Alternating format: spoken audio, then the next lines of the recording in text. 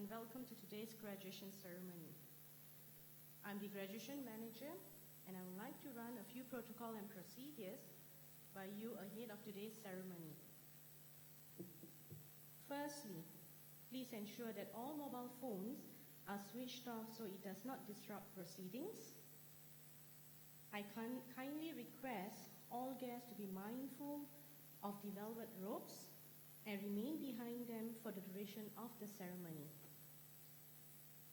If you wish to take photographs, please stand where you are seated when your graduate is accepting their award. Official photographers are on hand for stage photography.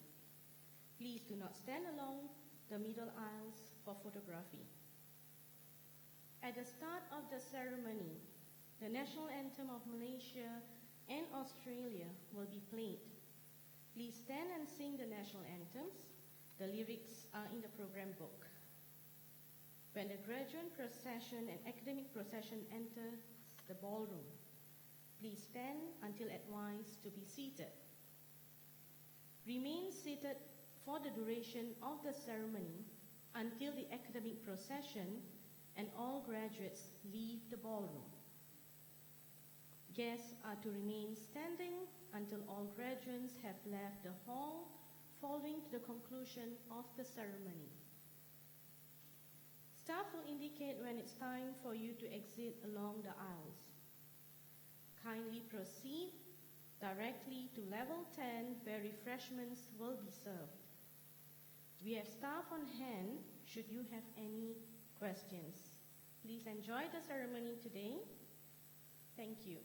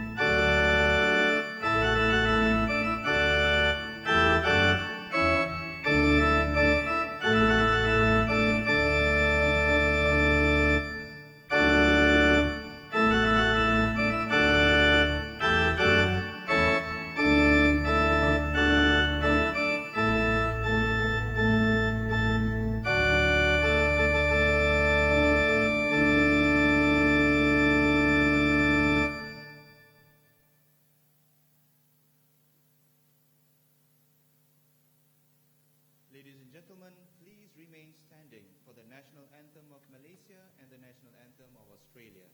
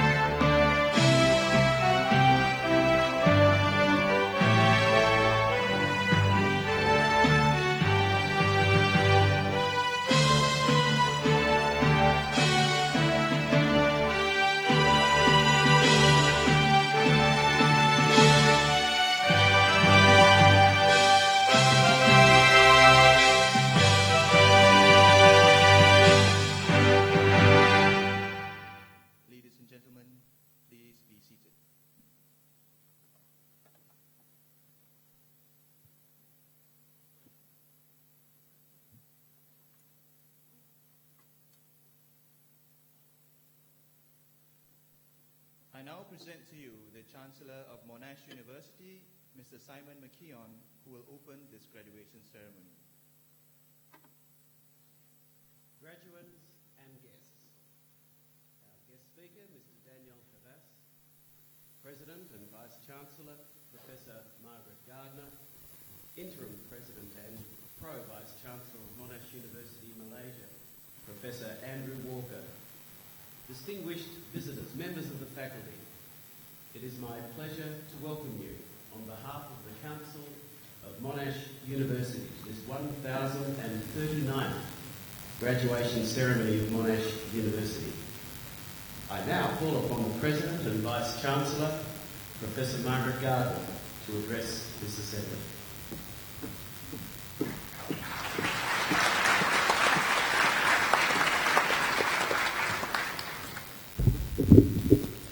Chancellor, our guest speaker, Mr. Daniel Havas, Pro-Vice-Chancellor, graduands, colleagues and guests. Today is one of celebration for you, the graduands. To everyone graduating, I offer my congratulations. The ceremony is formal, the rituals drawing on centuries of practice in graduations, including the particular elements that are special to Monash. Formality doesn't signal lack of passion or enjoyment. It serves to mark an occasion that joins each graduating student to the many who came before and those who will follow you. The effort of you all, the students and in your families and your friends, the effort that all of you have made to reach this point deserves recognition. It deserves to be treated with a certain gravity and seriousness. It serves as an acknowledgement that today you join a line of graduates that dates back not just to Monash's first ceremony in 1964, but to an academic tradition that begins, arguably at least, with the University of Bologna in 1088. Today, the university certifies that you have acquired the analytical abilities, the deep knowledge of your fields, and the capabilities that a Monash degree implies. These are very valuable things, but we like to think that you've taken away rather more than this from your time here at Monash. We hope you've forged values that reflect the ones that this university holds dear. We hope that we've nurtured in you the love of discovery that's expressed in the university's motto, the Italian motto, Ancora imparo. Those words, attributed variously to Dante and Michelangelo, translate as I am still learning, or indeed I am still discovering. It's unlikely that you got here in the first place without a healthy intellectual curiosity.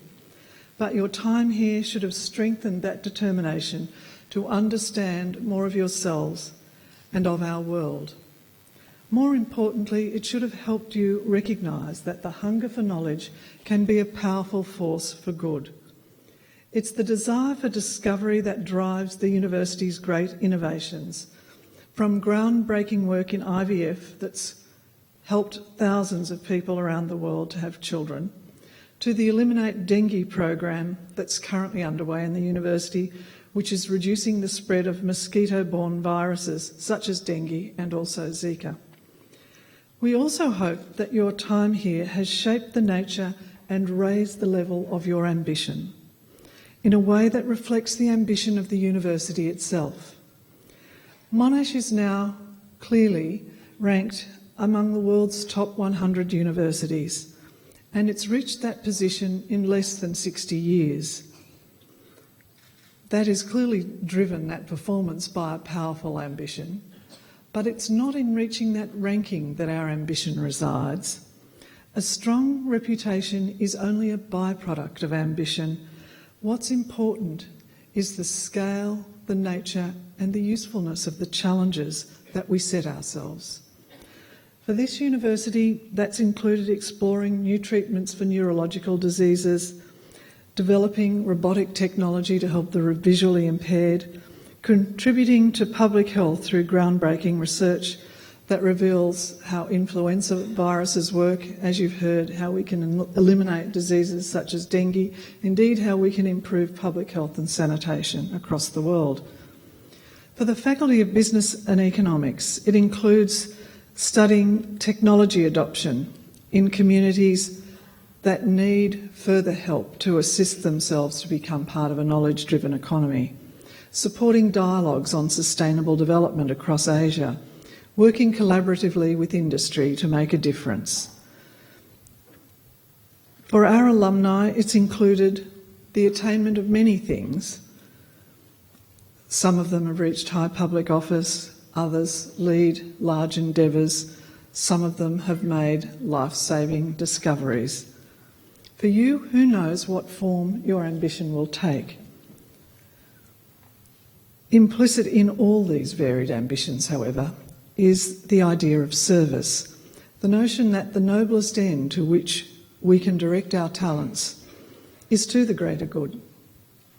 The man for whom this university is named, Sir John Monash, once wrote, "Equip yourself for life, not solely for your own benefit, but for the benefit of the whole community." That doesn't mean that we expect every Monash graduate to discover life-saving medicines, end global warming or global poverty, though they are not bad ambitions to have, but that there should always be an awareness that the decisions you make and the actions you take in your professional and personal lives have implications for all of us. And from the advantages you gain from this education, there's always an opportunity to give something to others. We also hope that we've inculcated in you, apart from that ambition and service and love of discovery, an openness to new ideas, perspectives and cultures. Your education would not have succeeded were your opinions and preconceptions not challenged.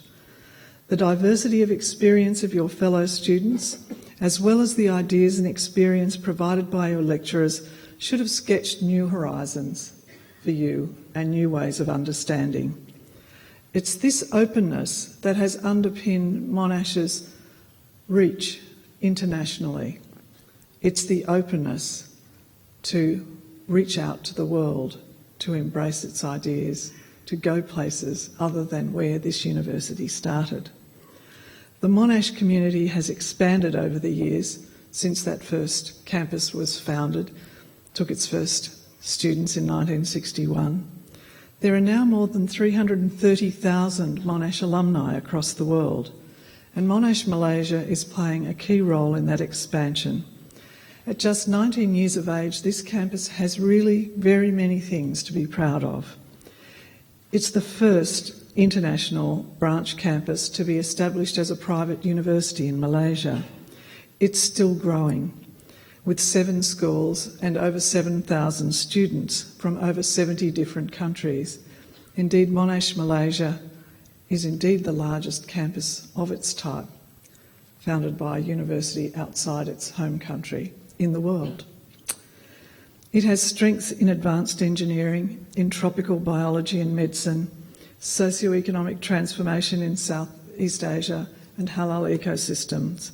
The campus has a world-class brain institute and a public health surveillance centre, the Southeast Asian Community Observatory, all of which are housing research and discoveries that will make a difference for this nation and the nations around it. And with other campuses of Monash in Australia and its campuses in India, China, its alliance with Warwick University in the UK, its centre in Italy outside Florence, Monash is actually one of the world's most internationalised universities. And it does so because it is open to the world. And we hope that you take that with you, whether your career keeps you here in Malaysia, takes you elsewhere in Asia, to Europe or the Americas, or perhaps to Australia. When you meet others, we hope you take the values as well as the knowledge that you've built here in your education. And we know, given that very large alumni group, that wherever you go, there is every chance that you'll meet another Monash alum, and we hope that you say hello. You are educated in a university that's prepared you to work successfully in global teams, and that is very much the future. The final value I'd like to invoke today is respect. You've been given the privilege of a wonderful education. You are all very able, blessed with the capacity to tackle academic tasks successfully. They're powerful advantages. Use them wisely. Be ethical. Be honest. Aspire always to fairness and be generous. Be generous with your time, in your assessment of others, and in the credit you give them. By doing this, you'll prove yourself worthy of the investment that your families, the university, and your community have made in you. And above all, on this day, take a moment and enjoy the fact that you've graduated. You should be proud, as your families and friends will be proud of you. And on behalf of the university, I offer my very great congratulations.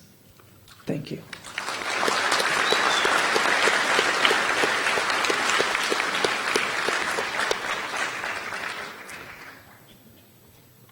Mr. Chancellor, I certify to you and to the Council of Monash University that all candidates now to be presented and those others listed in your copy of the graduation program have fulfilled the conditions prescribed by the Council of Monash University for admission to the degrees and for the award of the diplomas indicated in the program. Would all candidates for degrees and diplomas of the Faculty of Law and the Faculty of Business and Economics please stand?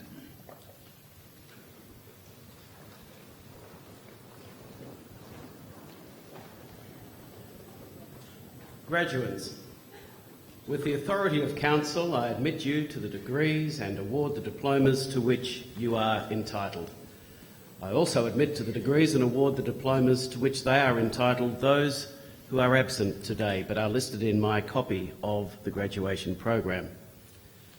Graduates, as you now are, this moment marks an important milestone in your lives. This ceremony is the visible culmination of your hard work and commitment. Your achievements are outstanding, and you should always look back on this moment with great pride. I personally congratulate you, and I now ask the members of the audience to applaud your accomplishments.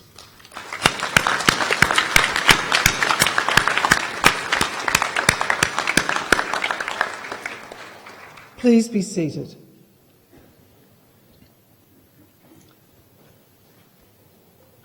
Chancellor, I now call upon Professor Pervez Ahmed, Deputy Head Research of the School of Business, Monash University, Malaysia.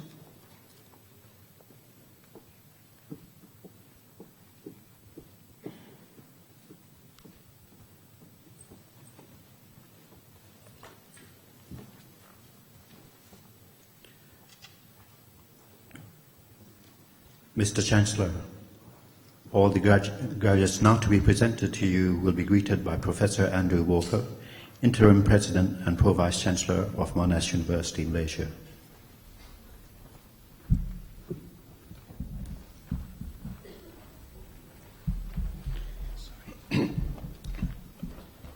Mr. Chancellor, I present to you graduates from the Faculty of Law and the Faculty of Business and Economics who have been admitted to the following degrees and awarded the following diplomas today. Faculty of Law, the following graduate is presented on behalf of the Dean of the Faculty of Law, Bachelor of Laws with Honours, Yumi Go.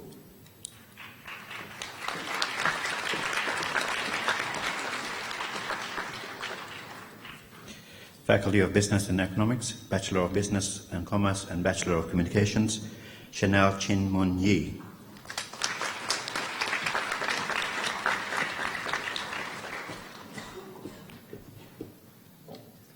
Rukwat Moinuddin.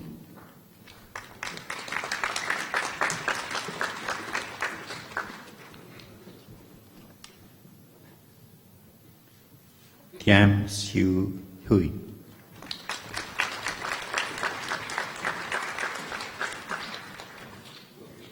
Bachelor of Business, Ku Wei Mei.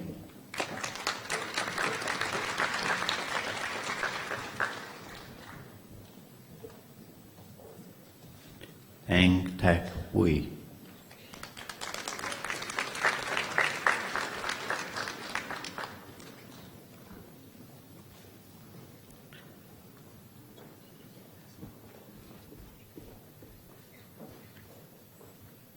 Bachelor of Business and Commerce, Maizura Abdul Malik.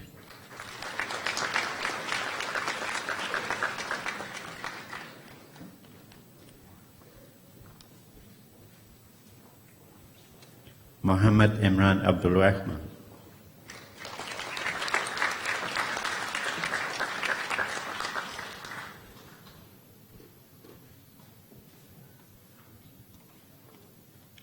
Iman Najwa Abdul Razak.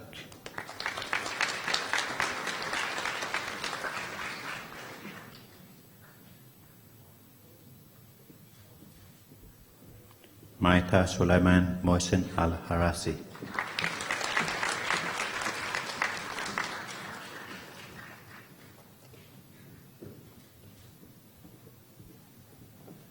Hayat Said Abdullah Al-Hukani.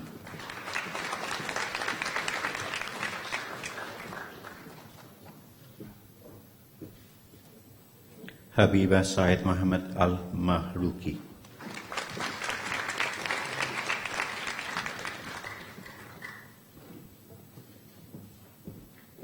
Suwin Mendaka Amara Bandung.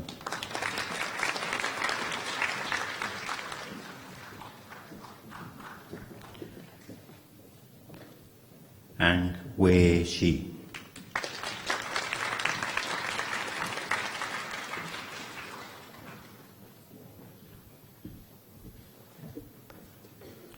Ishara Tilini Bandara.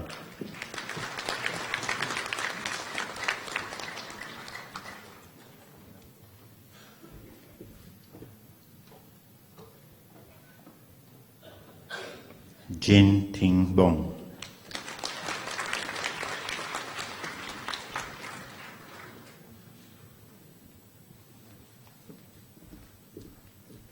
Suraya Nadira Buhari.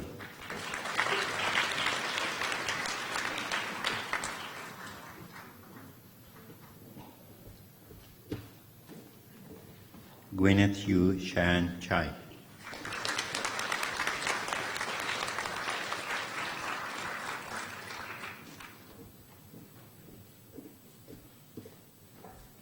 Chai Chun Ji.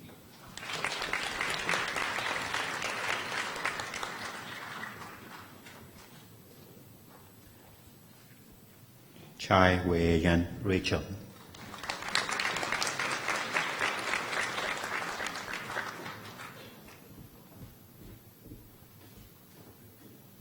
Chan Chester.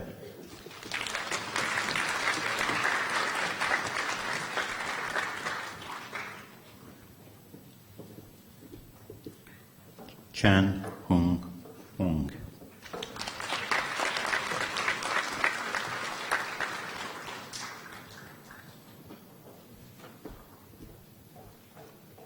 Chan Tao Jin.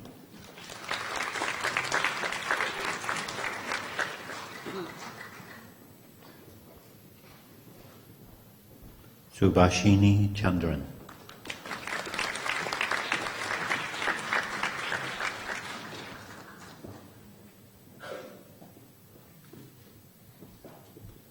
Pietro Chauhari.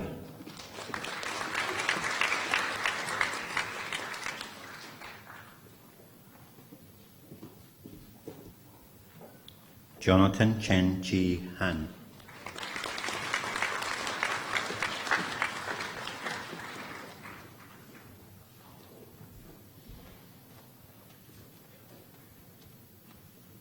Chu Yan Zhou.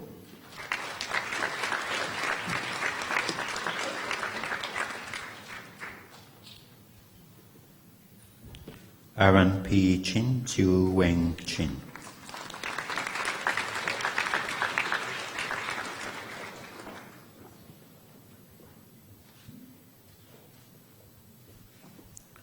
Suan Chin.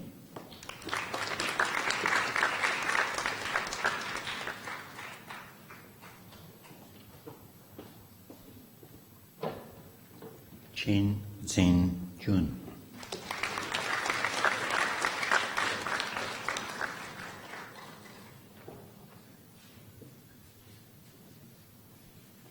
Kajun Ching.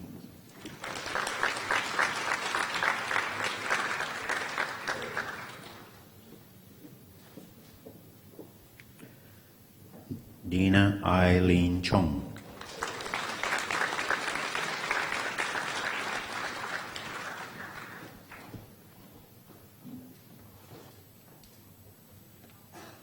Chong Jin An.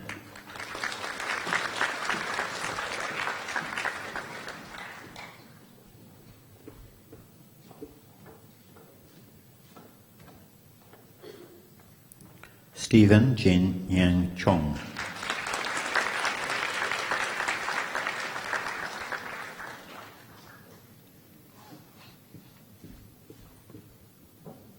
Chong Se Ha.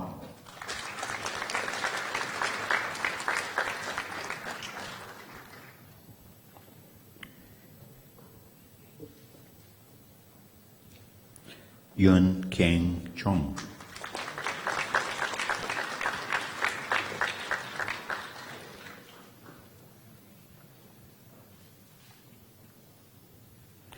Chu Win Se.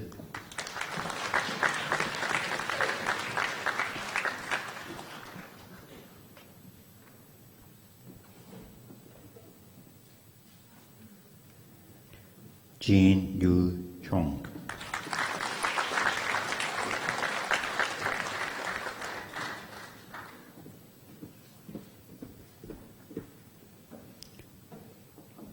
Chu Zhen Yang.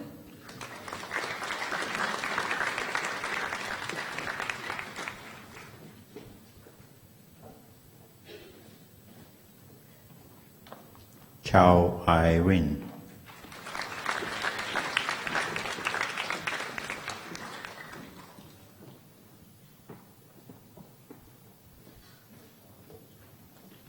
Chao In Eun.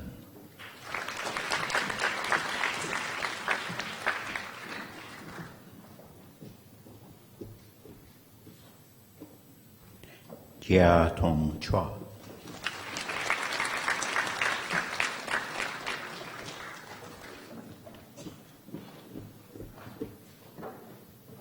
Melissa Chua Wan Mei.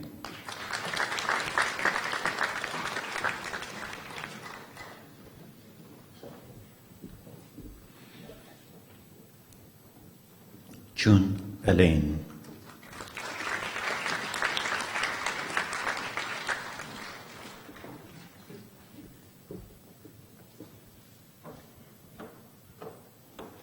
An T. Ding.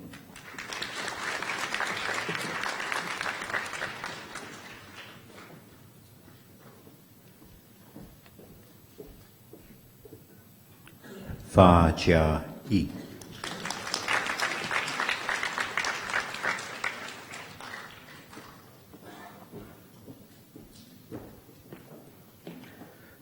Fong Man Hong.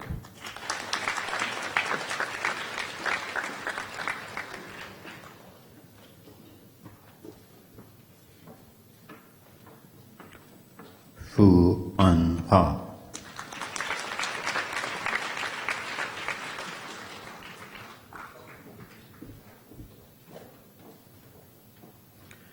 James Andrew Frankfurt.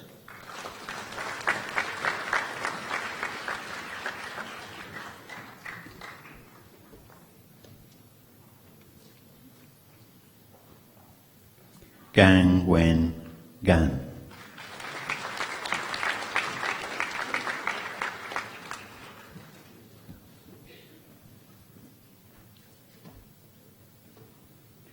Hong Kai Gan.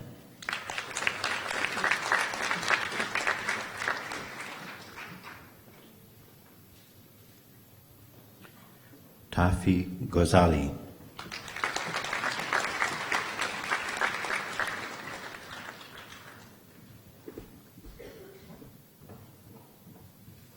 Marius Stefania Gondovijoyo.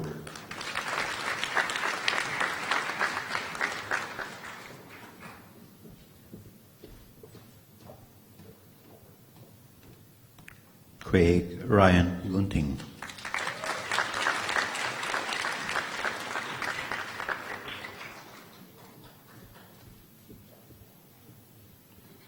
Ryan Gunawan.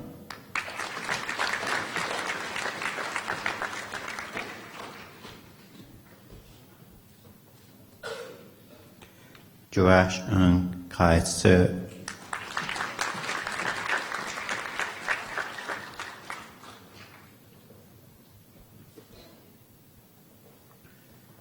Nur Hana Hassan.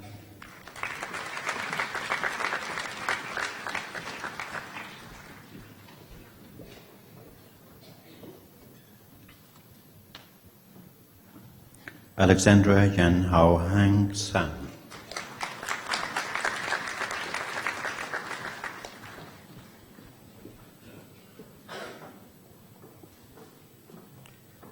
Un Chi Hu.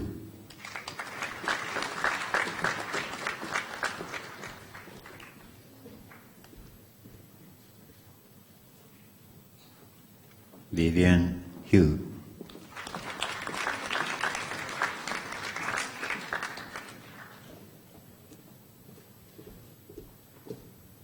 Yeon Se Chung.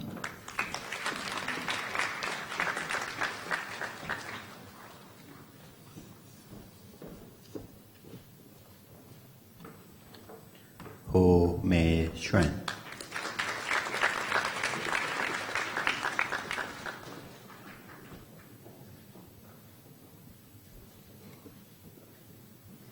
Ho Ming Chern Brandon.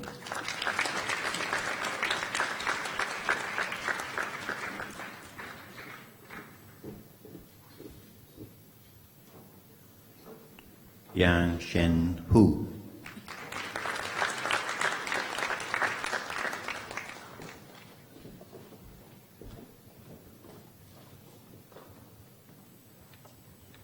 Hong Miao Lik.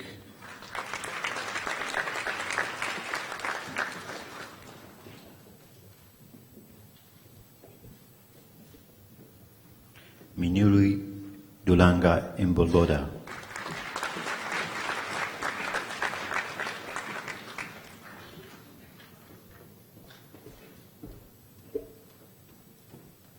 Prima Dia Indira.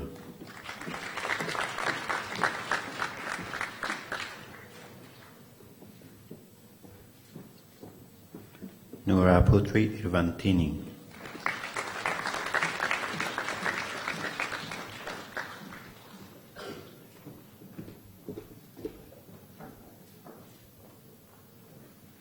Adeba Anika Islam.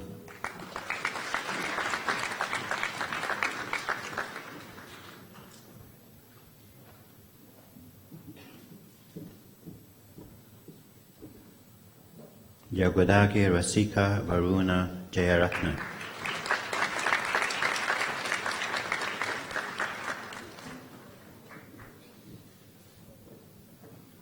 Vinosha Jyotiraja.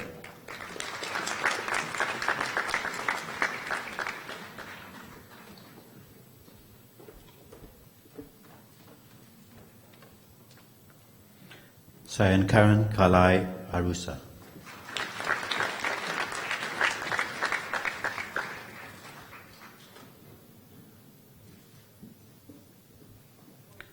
Rina Cole.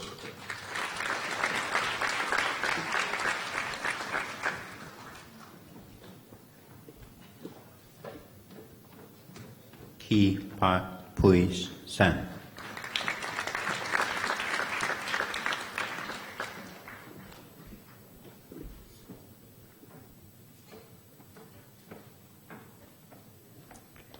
Ku Li Chuen.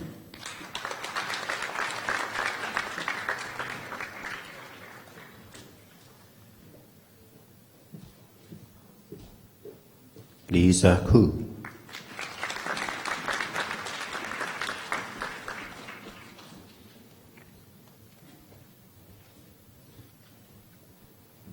Ku Ni Hui.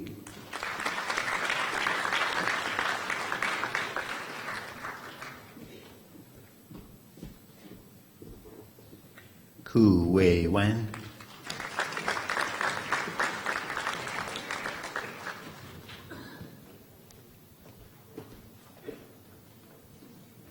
Ko Shu Teng.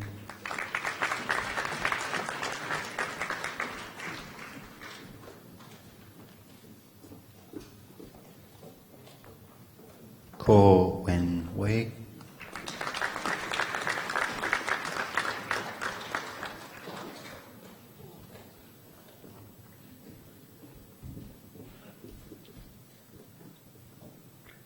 Ko Wen Li.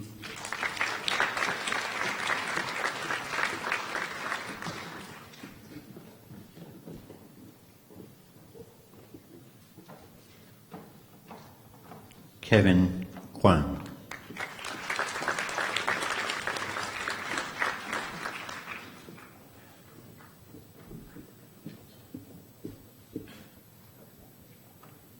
Kim Hyun Woo.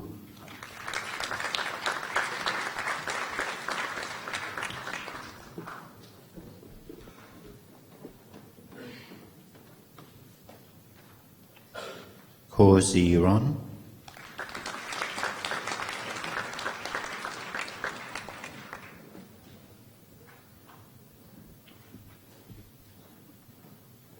Ki Yan Rebecca Hook.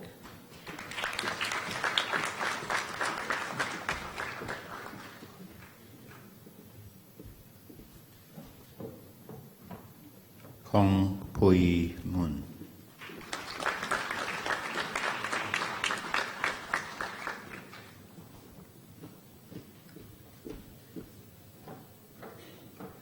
Ellen Crisanti.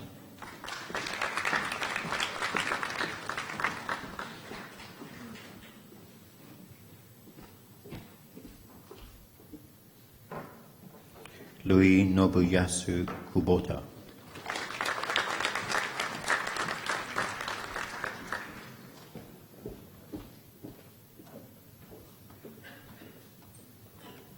George Coffey.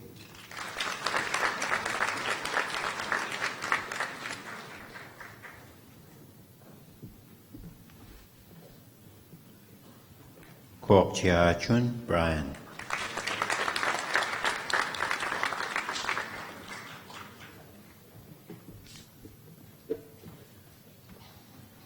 Lai Lei Shan.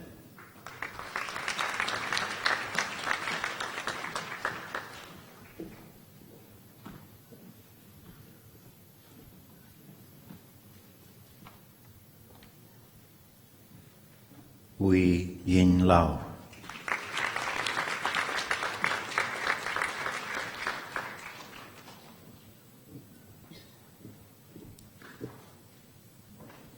Lu Yu Lau.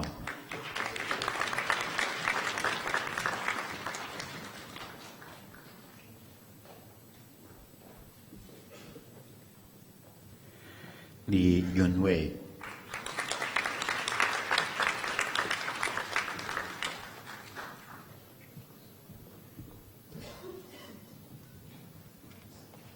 Li Ka Xuan.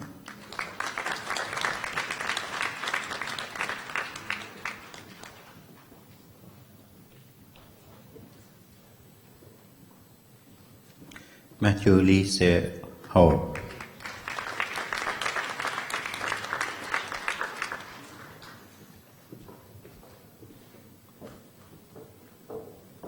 Lee Yi Jun.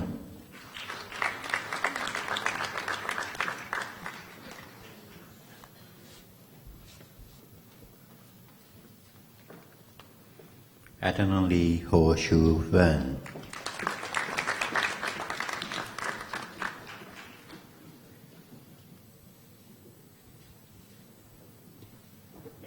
Jason Leong Hoi Yu.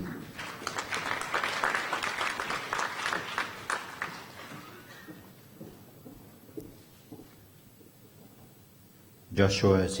Yang Leong.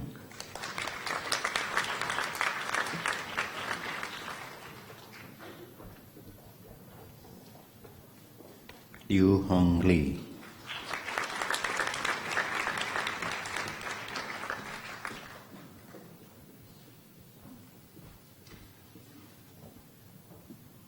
Madeline Ying E. Liu.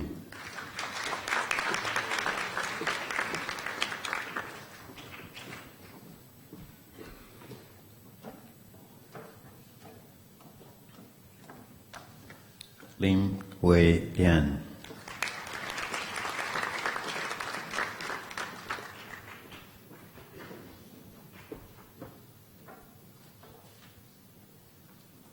Jean Kim Hua Lim.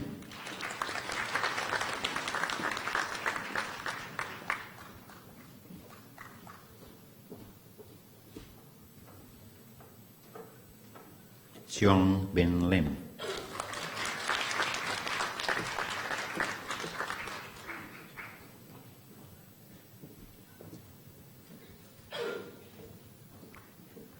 Lim Y. Lick.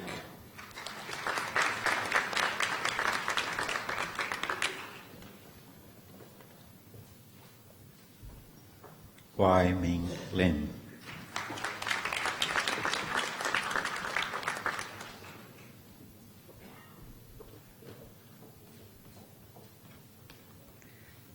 Lim Yi Wen.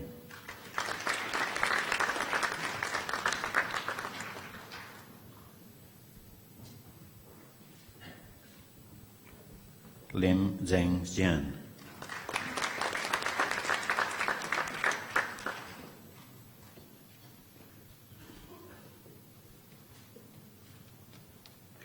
Ling Ka Fern.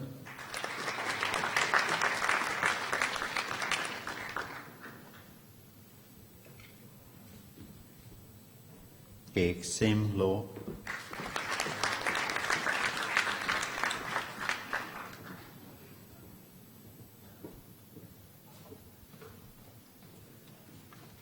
Nicholas Lok Chun Moon.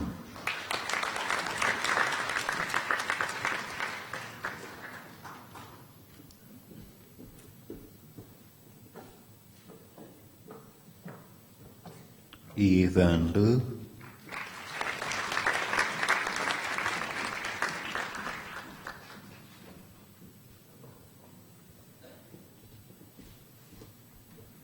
Lo Chun Sang.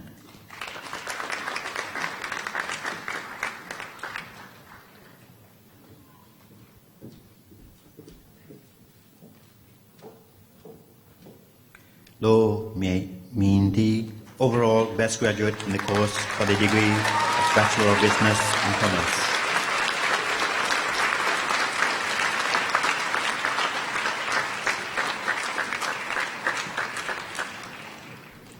Lo Meng Jin.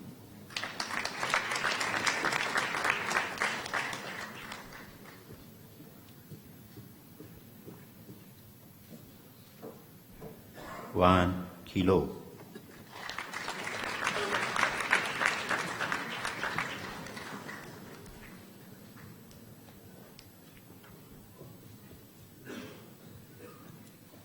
Keng San Lung.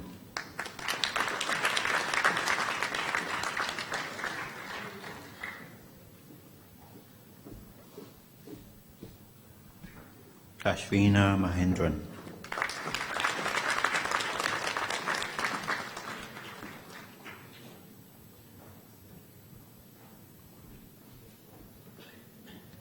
Harika Maruma Mula.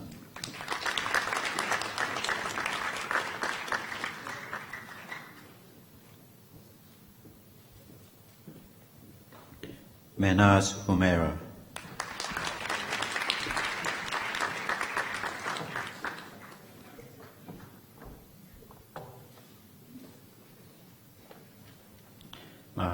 Mohammed DJ Asfal Anthony Mendes.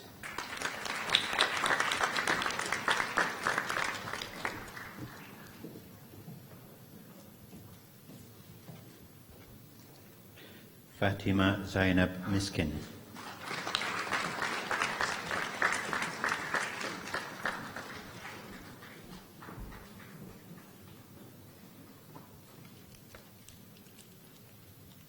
Ritika Mitra.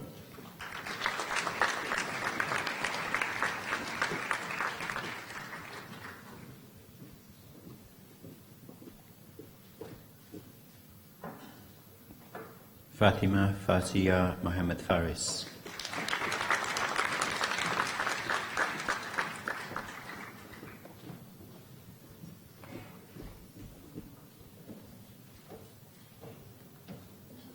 Fatima Sumaya Mohammed Shauddin.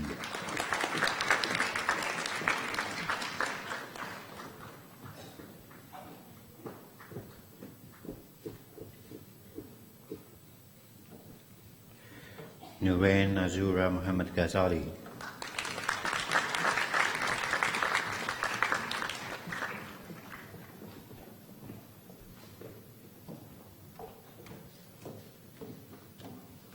Siti Sarafina Muhammad Rafiq Mangels.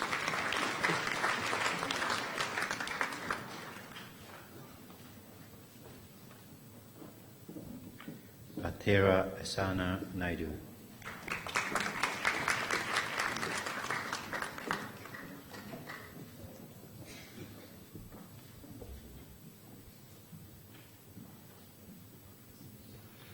Beatrice Yen Mung Ang.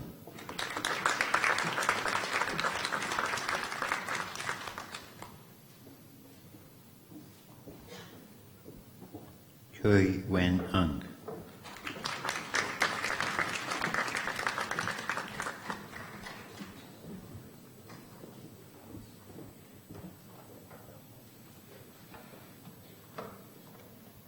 Ang Jan Wen.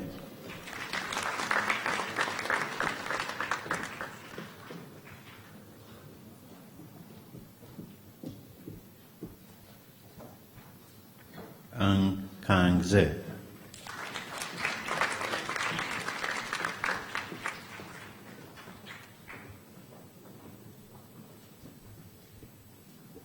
Ronald Ang.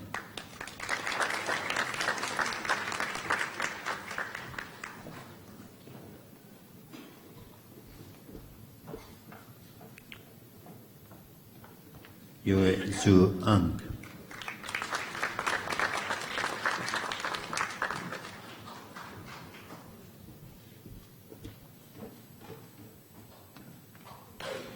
Mishaila Oishi Latif.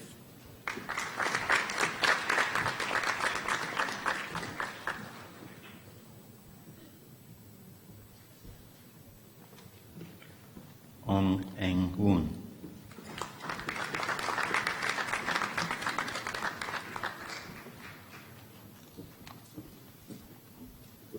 Ong Jen Tung.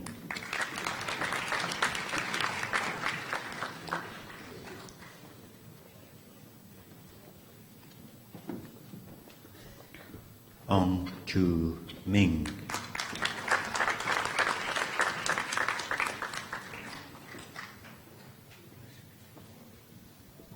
Ki Yang Ong.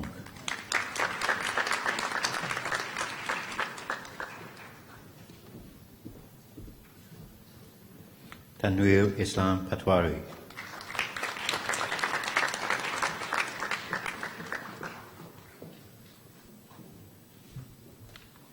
Kasturi Perumal.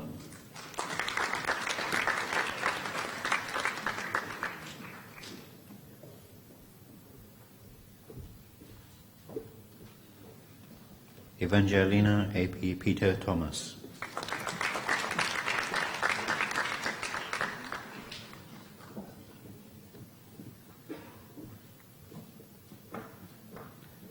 Yan Xiang Fang.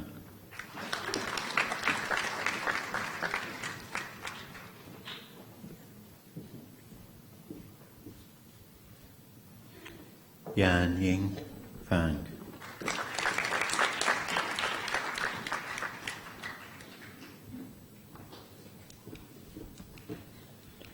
Ramaswamy Perina Vadi Pillai.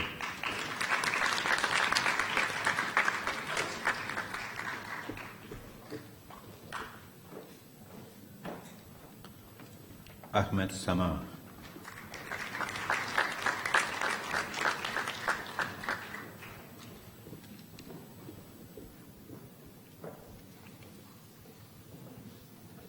Florian Navintat, Zorali Samira Bikrame.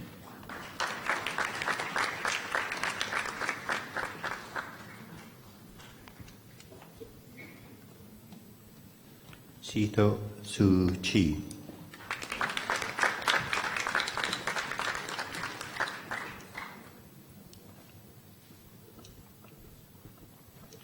Joshua Davendran Segran.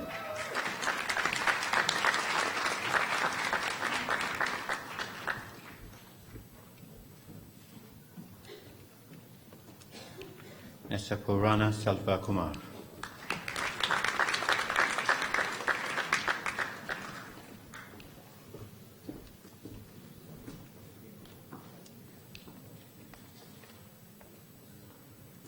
Vishnu Ajidharma Sentosa.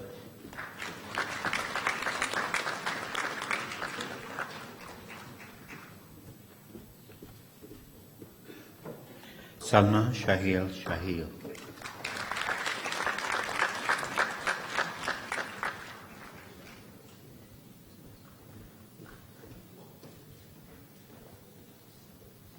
Rubini Chanmuga Ratnam.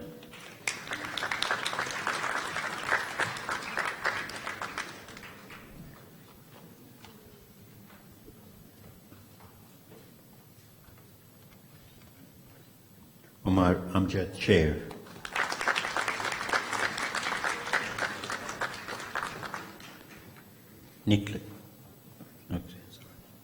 Nicholas Shim Y.K.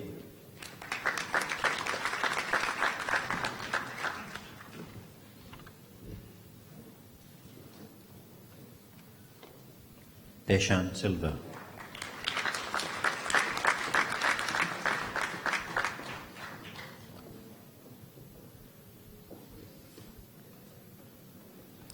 Rachel Ningui Sim.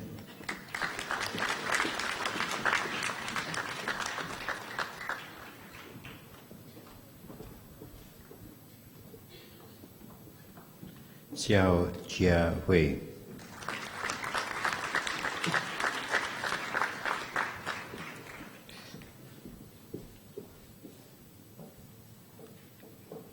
So Hui Zhenjing.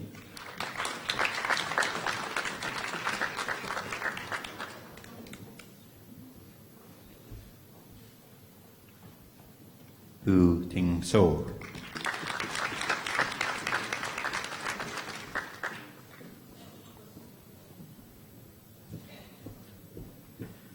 Daniel Min Jun Song.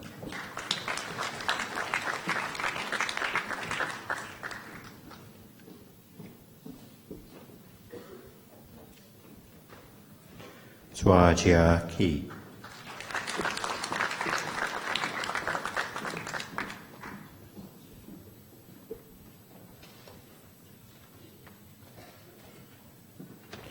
Kevin Nathaniel Susinto.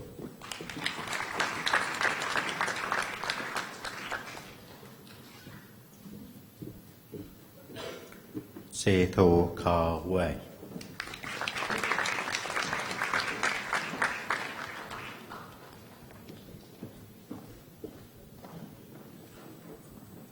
Tai Wen Chin Sharon.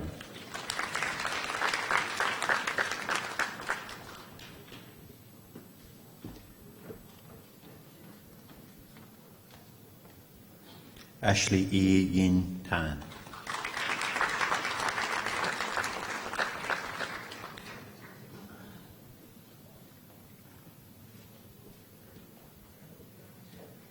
Beatrice Ming Xie Tan.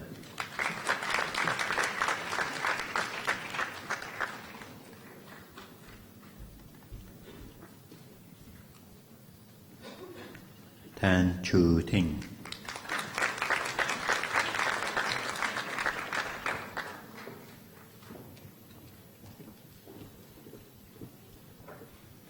Dion Tanye Win.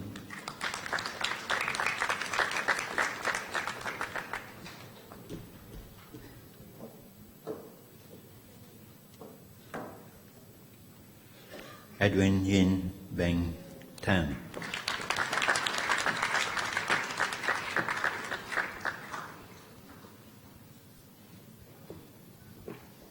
Tan Jia Hui.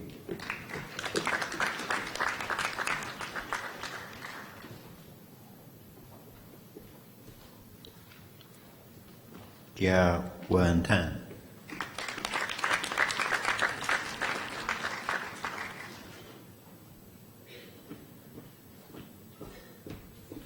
Tan K. Chia.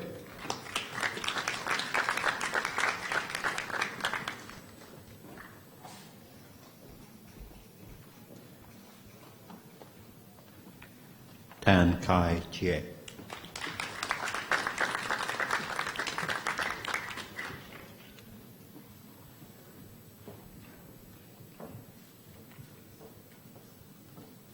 Tan Keng Ang.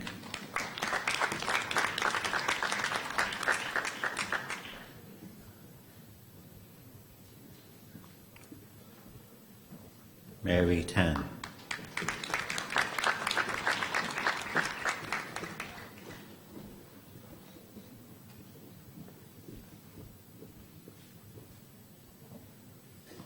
Samuel Tan Wee Kiat.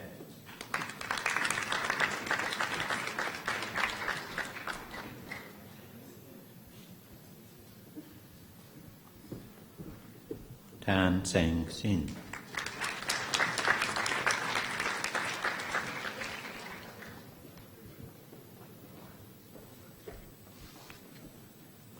Sharon Tan.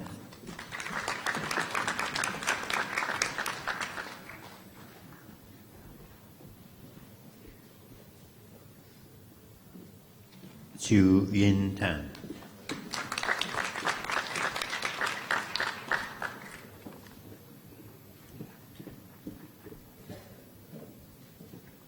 Wei Yi Tan.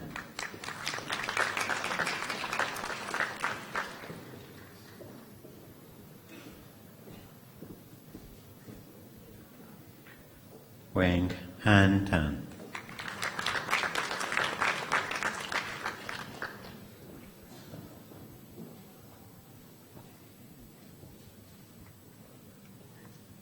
Yo Chin Tan.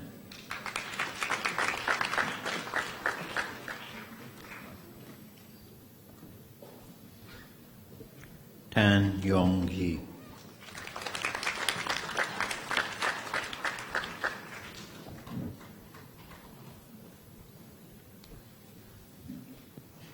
Sylvia Tandiono Tan.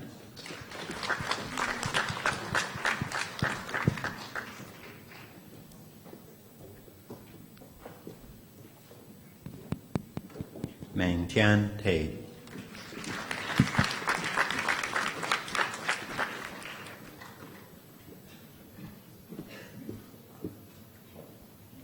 Thi Pei Wen.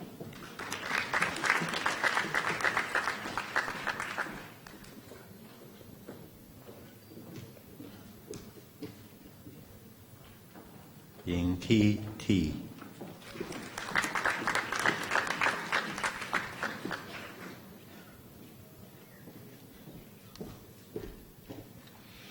Kai Li Tay.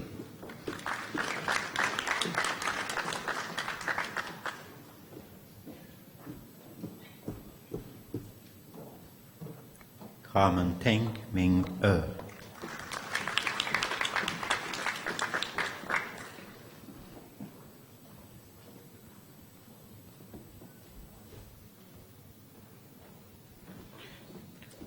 Teng Yuan Y Danielle.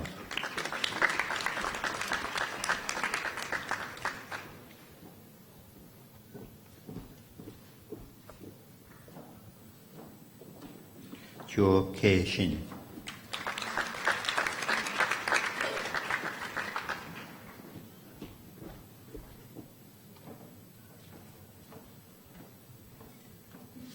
Yen Teng Teo.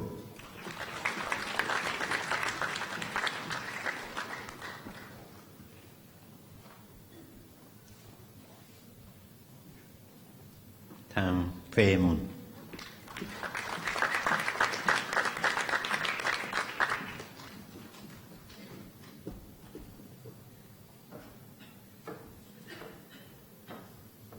Wei Xuan Tong.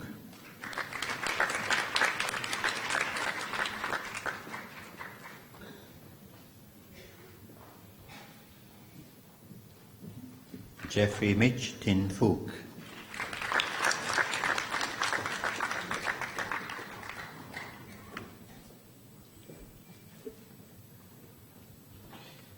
Emilia Khan Vechtomova.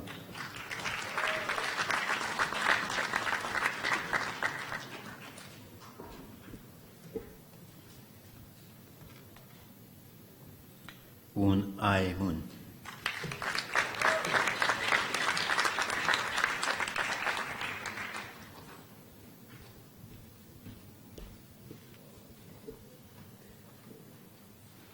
Wan Muhammad Kamal, Wan Muhammad Abdullah Yaqub.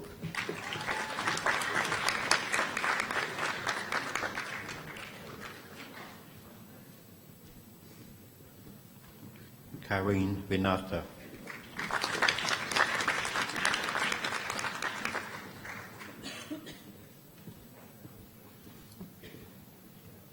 Antia Yu Jing Wong.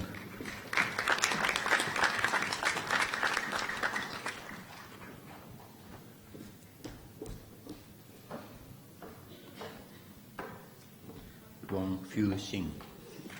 John.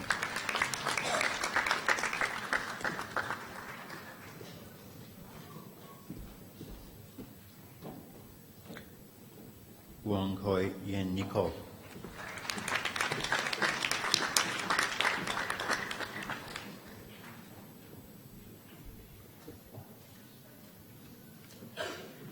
Janice Shan Wong.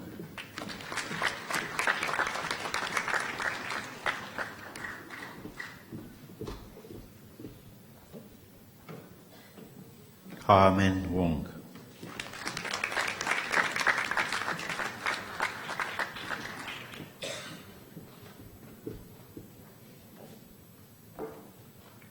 Ryan Vern Cern Wong.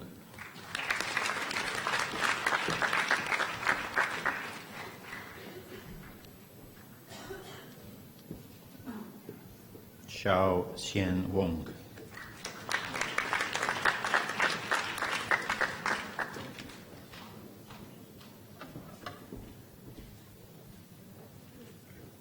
Wong Wei Yang.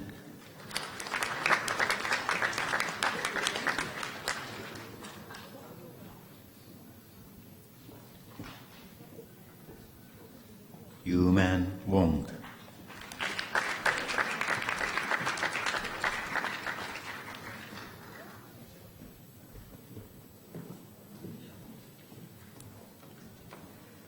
Zhongxian Wong.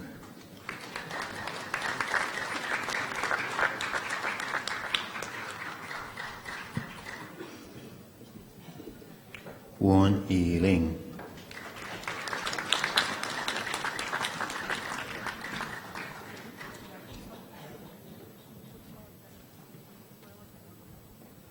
Yap Chi Chen.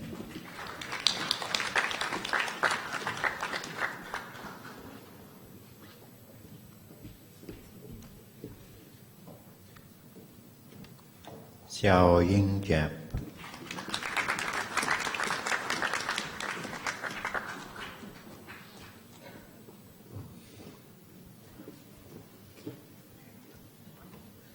Francine Yong Si Yi.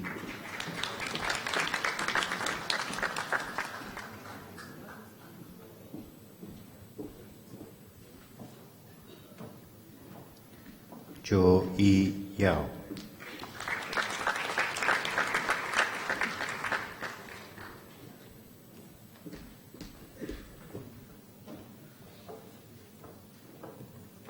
Yi Ming.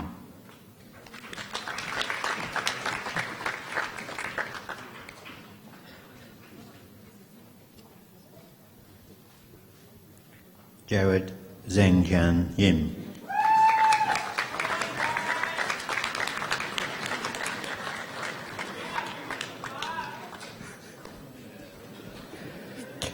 Yun Dong Wook.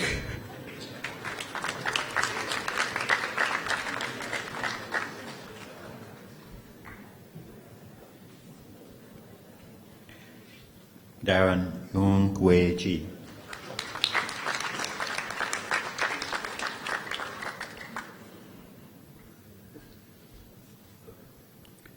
Bachelor of Business Science, Muhammad Tala Kasmani.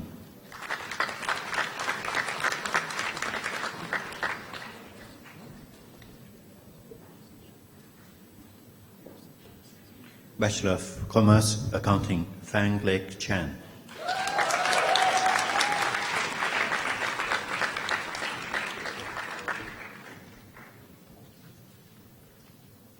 Chang Ching Ye.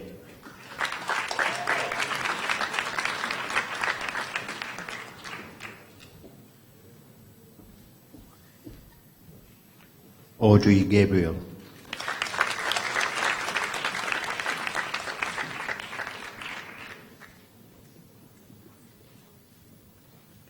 Pek Shin Marie Gan.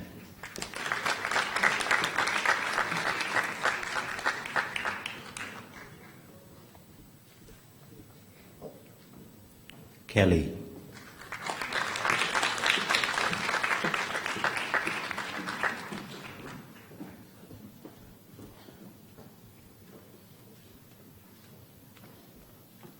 Ku Pei Ki.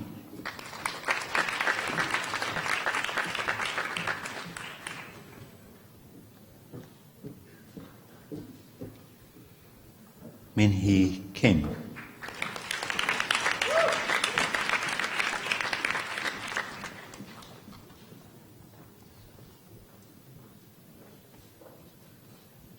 Li Xuan.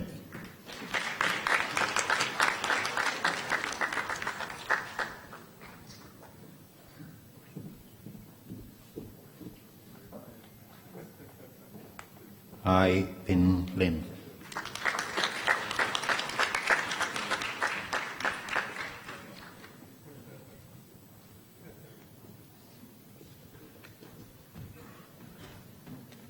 Lim Zi Yi.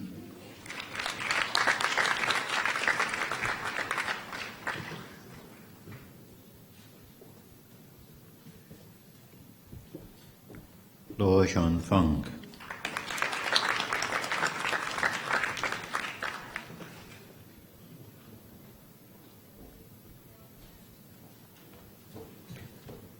Yin Ying Lo.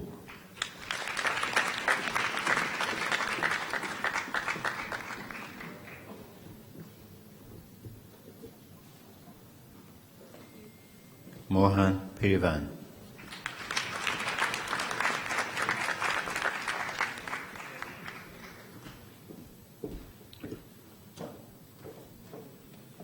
Ria Lavina Nurdin.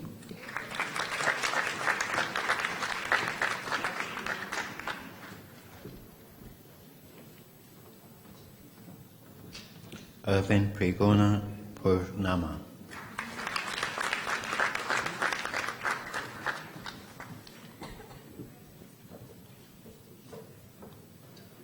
Eric Anand Samuel.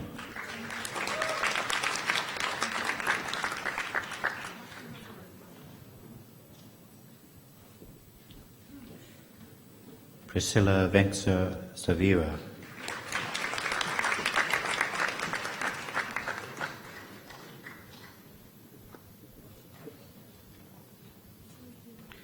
Jun Han Tan.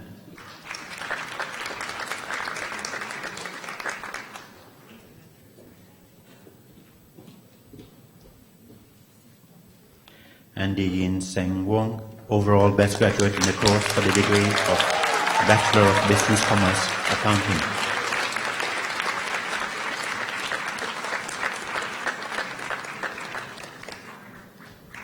Yi Yun Yi.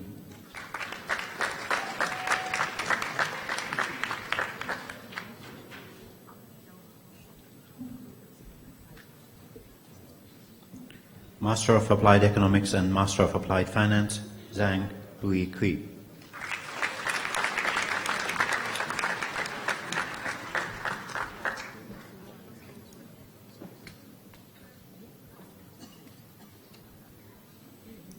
Master of Accounting, Suman Lee.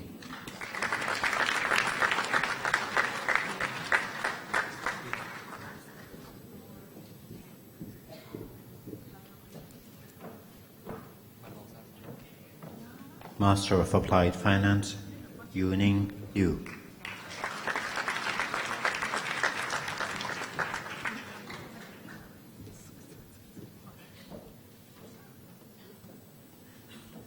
Andy Vata Ningshu.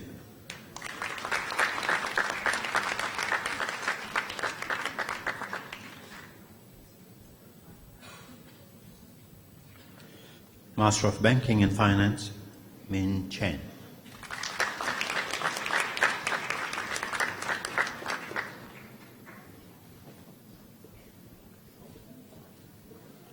Zikan Su.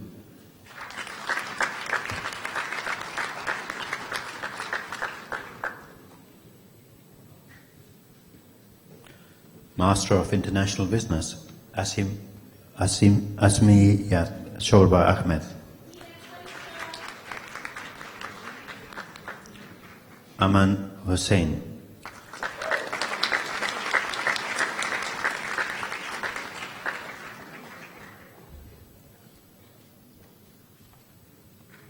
Karishma Amin.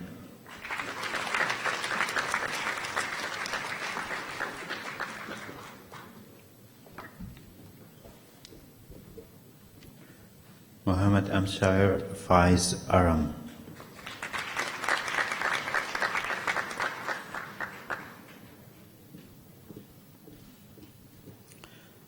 Stephanie Chandra, overall best graduate in the course for the degree of Master of International Business.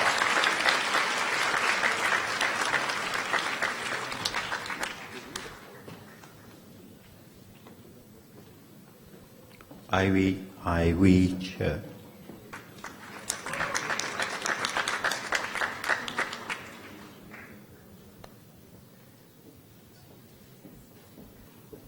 Kristanto Haryadi.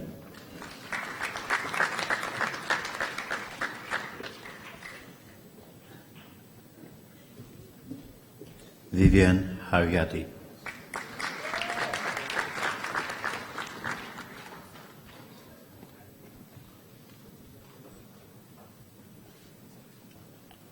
Muhammad Arman Hussain.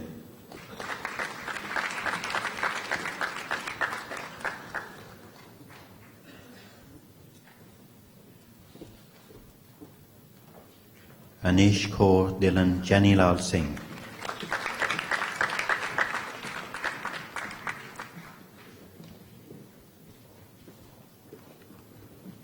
Yanasegaran Kanesan.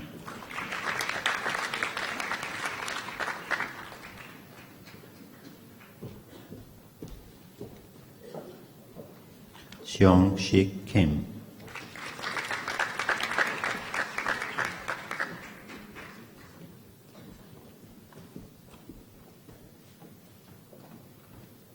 Ku Yan Chi.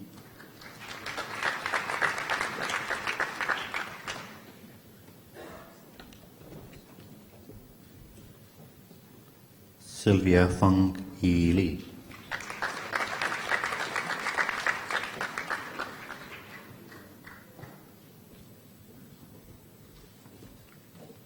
Lim Sin Yi.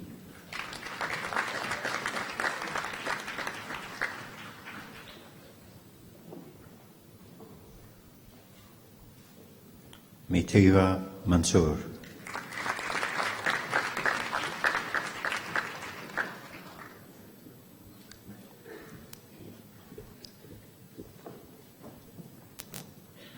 Nur Fasa Muhammad Fauzi.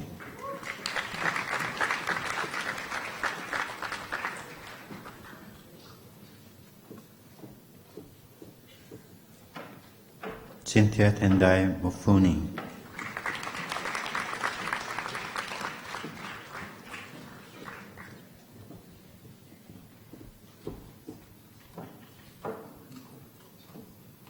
Chong Wei Hua.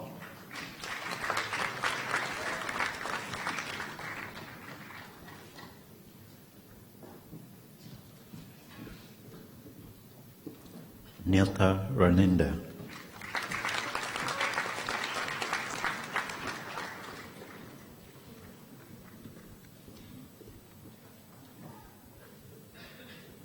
Priscilla Solomon.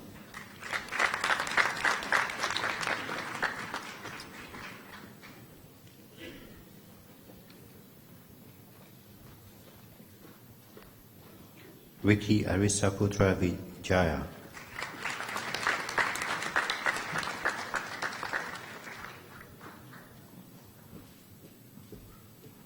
Shin E Yo.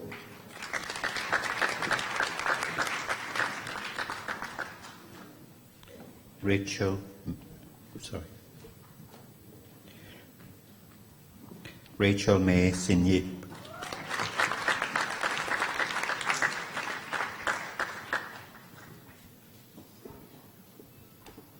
Master of Management, Laura Ann Fisher.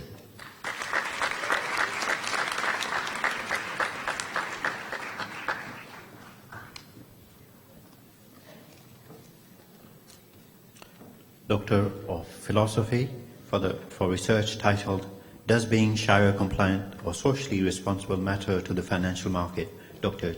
Chong Wing Ho.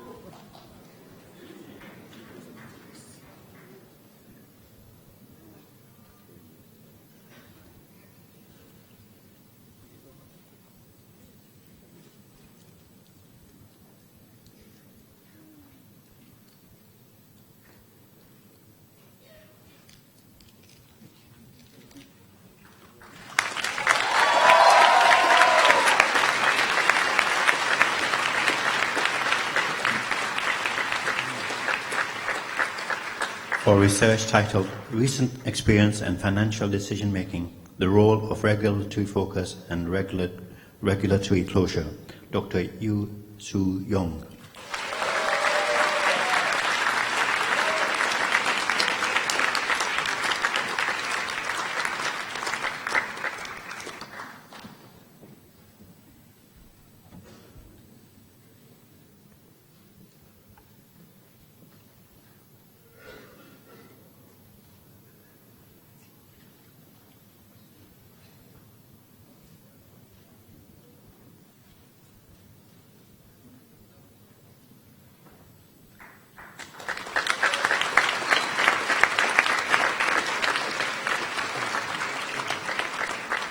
for research titled Corporate Political Activities, Religiosity and Corporate Decision Making, Dr. Lo Ik Hui.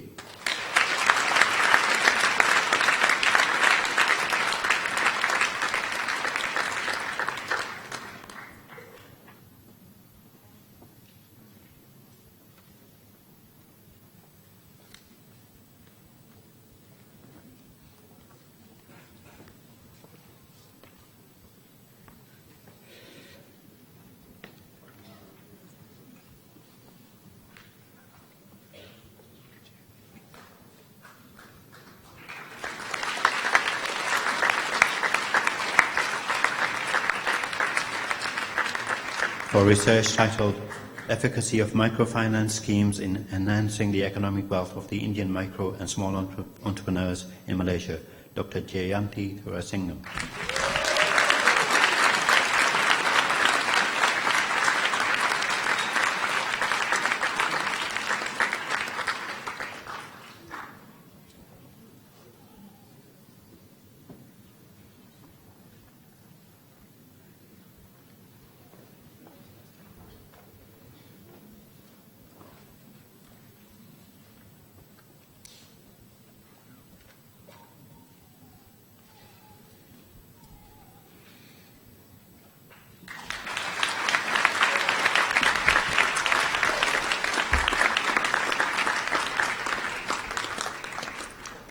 Mr. Chancellor, that concludes the presentation of graduates from the Faculty of Law and the Faculty of Business and Economics.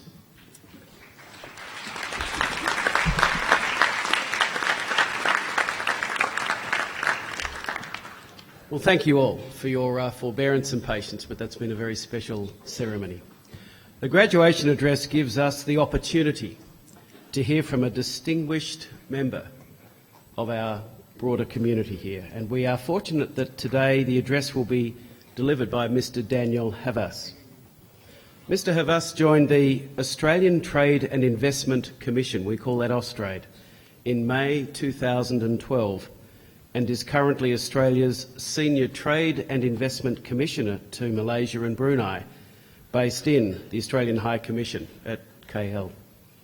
He oversees the Australian Government's work in facilitating commercial links across trade, investment and education in both markets. Previous to his current role, Mr. Havas was Australia's Trade Commissioner to Peru and Ecuador with responsibility for Bolivia. At that time, he also managed Austrade's mining and resources team across Latin America to oversee the development of regional strategies to promote the growth of Australian industry in that region. Mr. Havas has a strong background in international business strategy, investment attraction, international relations, cross-border business development and project management. He works closely with key partner agencies on the Australian Government's economic diplomacy strategy. Prior to joining Austrade, he was the Director of Foreign Investment and Strategic Partnerships for one of Australia's largest regional governments. Mr. Havas has spent time working in multiple overseas markets, including the UK, South Africa, Spain, USA and Latin America. He also has significant experience in the arts and was a non-executive director of the Queensland Ballet prior to taking up his role in Latin America. Please join me in welcoming Mr. Daniel Havas to deliver today's graduation address.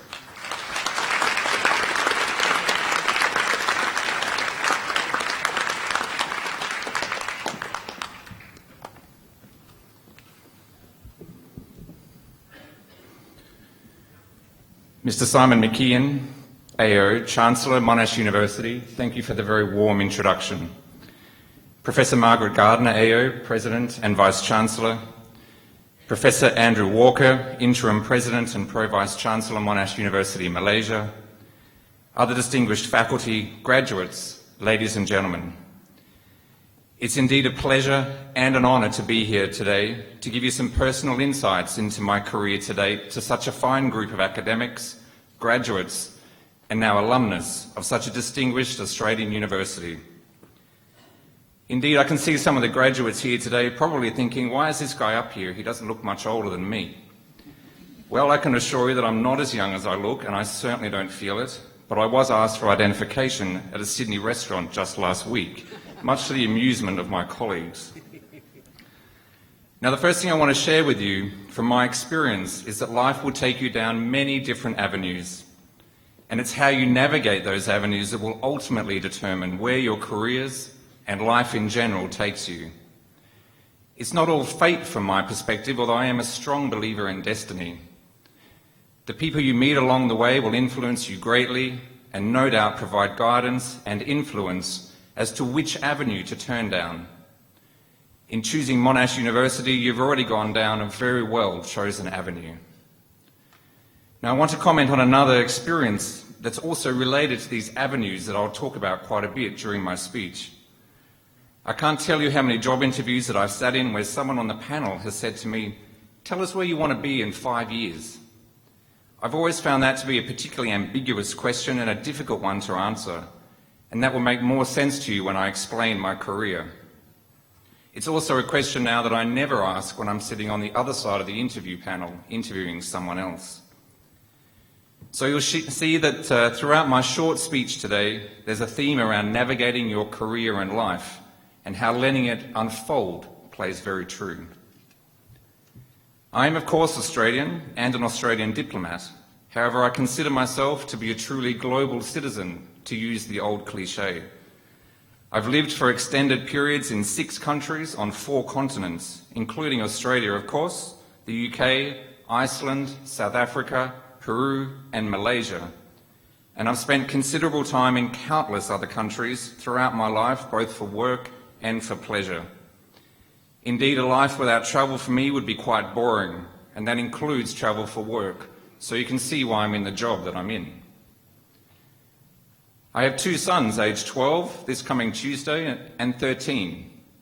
Why do I mention this? Well, they've already lived in 3 countries, travelled to 13 countries, and are fluent in 2 languages, and I hope a 3rd at some point.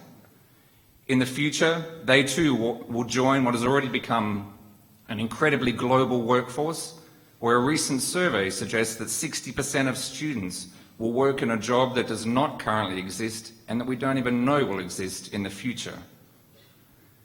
For the parents and families of those graduating today, choosing an international education has already laid the foundation for those graduating to travel down a series of very bright avenues in the future.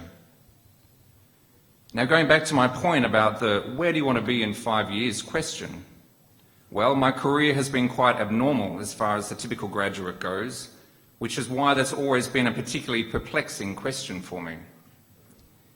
When I was 16, I was accepted to study at the Royal Ballet School in London. I doubt many in the room have seen it, but for those who might have seen the film, it's the same school that was later the set for the film Billy Elliot, released in the year 2000, about a boy from a working-class coal mining family in the north of England who goes on to study at that school and becomes a famous dancer. For the graduates in the room today, you were probably only just starting school in the year 2000, so it wouldn't surprise me if you've never seen it.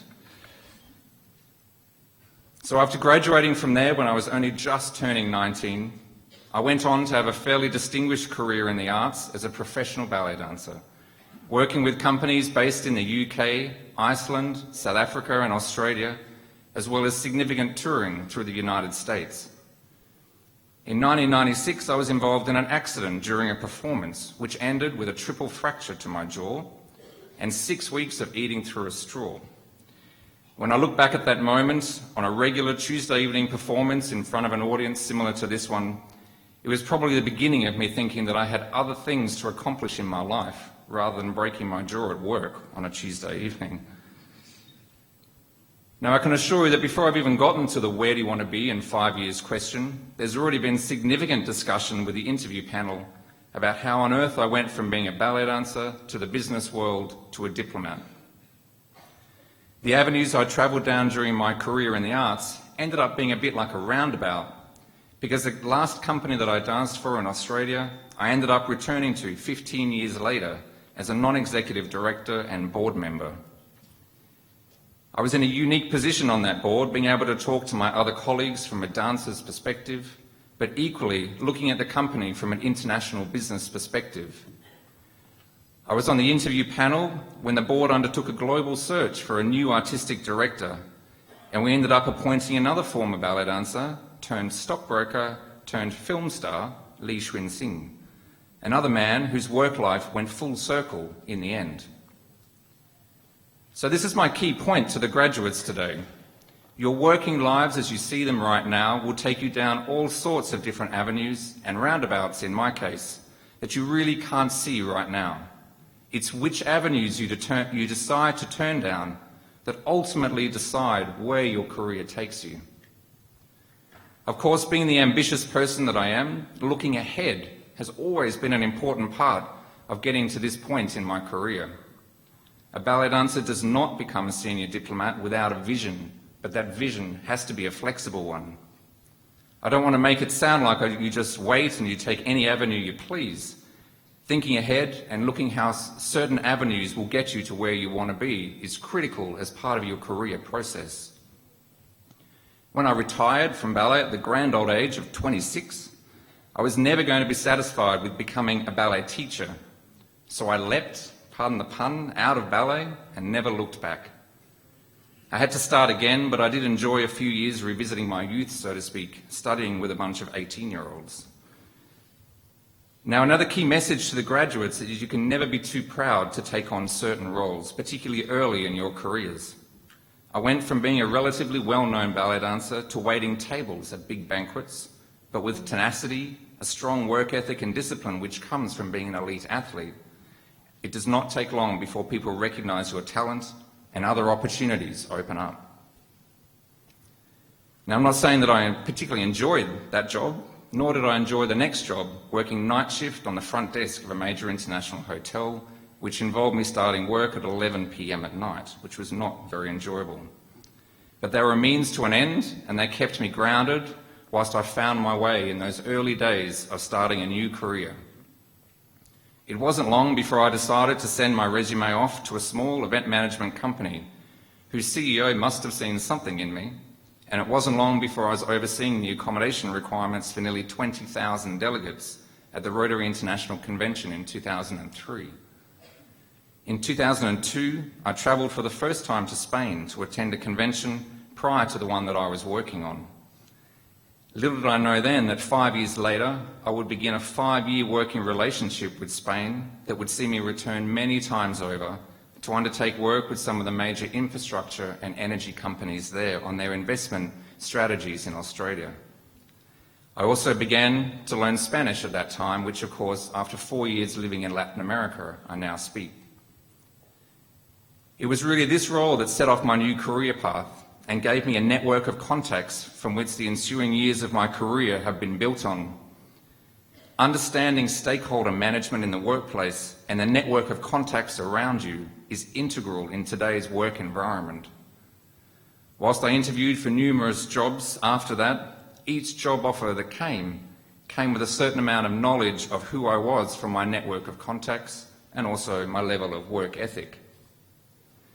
So as you navigate your own careers, never forget about the network of contacts you build along the way and ensuring that you bring people along on the journey of your careers. It took me many, many years to fully appreciate the need for broad stakeholder management in the workplace, but it's something that I've embraced and I encourage the teams that I work with to also embrace. Indeed, in a world of resource-strapped organisations and ever-shrinking discretionary budgets, collaboration, both internally and externally, is the only way organisations truly flourish. And to do this, they need employees who embrace a truly global and collaborative work ethic. When I played for a role with Austrade in 2011, being sent to deepest, darkest Peru was certainly not what I'd envisaged for myself, nor for my family. But it was another one of those moments that echoed the job offerings I'd had all those years ago in Iceland and South Africa, where I thought, why not? So we packed our bags and spent 4 years living in the amazing but equally challenging city of Lima, Peru. As the Chancellor mentioned, I was Australia's Trade Commissioner to Peru and Ecuador with responsibility for Bolivia. Not that we did too much in Bolivia, given the political landscape there, but I also had responsibility for our operations in mining and resources across Latin America, which kept me extremely busy. Now, people complain about the traffic here in Kuala Lumpur, but I can assure you that I consider the traffic here to be what I call organised chaos. In Lima, Peru, I just consider it to be caos total, or in English, total chaos. But one learns to manage the day around the challenges of navigating a city with these issues. I recall one day having a donkey and cart next to us in one lane on a major highway, and then a Porsche overtaking us at more than 180 kilometres an hour in the other lane. So it was certainly a country of many, many contrasts. The challenges of living and working in an environment like Lima were all made up for, though, as one morning we climbed Huayna Picchu very early, and we sat at the top looking straight back over the truly incredible Machu Picchu, where even my sons at age 7 and 9 at the time truly understood the sheer awe-inspiring beauty of that wonder of the world. For those graduating today, one of the many challenges you might face in the future is simply working across multiple time zones, which has become a normal part of the global environment that we live in. When I first arrived here in Kuala Lumpur, I sent an email to one of my colleagues in our Sydney office, and a few seconds later the phone rang, and she said to me, "Daniel, you know you can call me now on the telephone." After 4 years of living on the other side of the world, I'd forgotten that I could actually communicate verbally with my colleagues in our Australian offices, because my life had become a series of late-night teleconferences and emails. So here I am in yet another country, learning to navigate new markets, new cultures, and a new set of contacts and stakeholders, albeit with the same guiding principles that have carried me so far already: a strong work ethic and discipline, and a sense of adventure, but with a growing calmness that comes with age, and I'd like to think some maturity. The journey continues from both a professional perspective, but equally a personal perspective with my children. As I look around the room today, I see my own future, sitting with my sons as they graduate from their studies, whatever they might be, and embarking on their own journeys. Time goes very quickly, and I'm sure it feels like yesterday for all the parents in the room today that their children started school, and yet here they are, graduating from university. My advice to the graduates remains: have a focused but flexible vision. Be creative. Look down different avenues to see where they might lead you, and then leap down them with enthusiasm to see where they might take you next. Thank you once again to Monash University for the honour of being here today to speak to you, and I wish those graduating all the very best for your own journey down life's many different avenues. Thank you.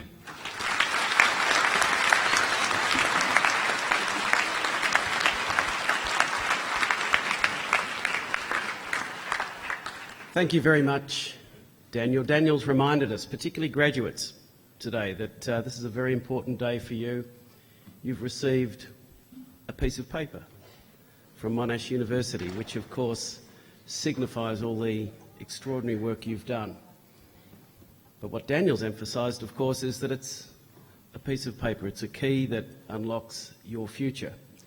And what this university, of course, stands for, and Cora Imparo, is that we never stop learning. We never stop learning about the relationships that we might have, the directions we might be taking, the decisions we have to make day by day by day. And I agree entirely, Daniel, life is not about 5-year plans, because the most extraordinary opportunities often arise within 5 years. So thank you for that most inspiring address. Graduates, as you leave the ceremony, remember that you are not leaving the university, no matter how far you may move away from this place and time. As alumni of the university, you are joined to the university and to each other by a link that cannot be broken, and we very much hope will indeed be strongly maintained. I urge you to keep in touch with your relevant alumni group. The alumni page in your copy of the graduation program is a guide to what we have to share with you wherever you may be. In congratulating you upon your achievements, I particularly want to acknowledge the contribution that your lecturers, supervisors, tutors and the professional staff of the university have made in ensuring your presence at this ceremony today. It's not always possible to give public recognition to their hard work and their dedication, but I would now ask you to take this opportunity to show them your appreciation by a round of applause.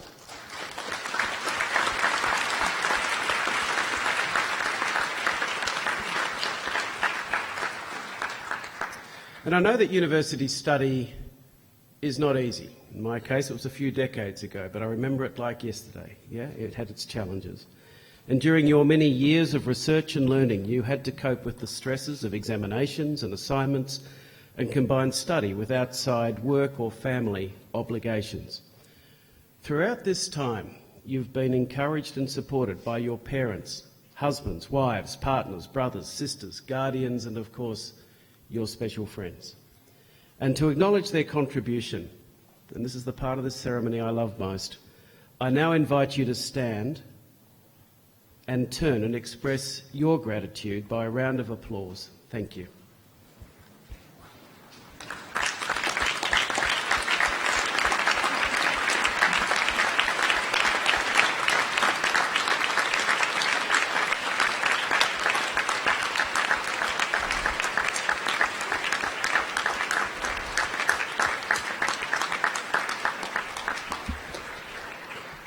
Thank you.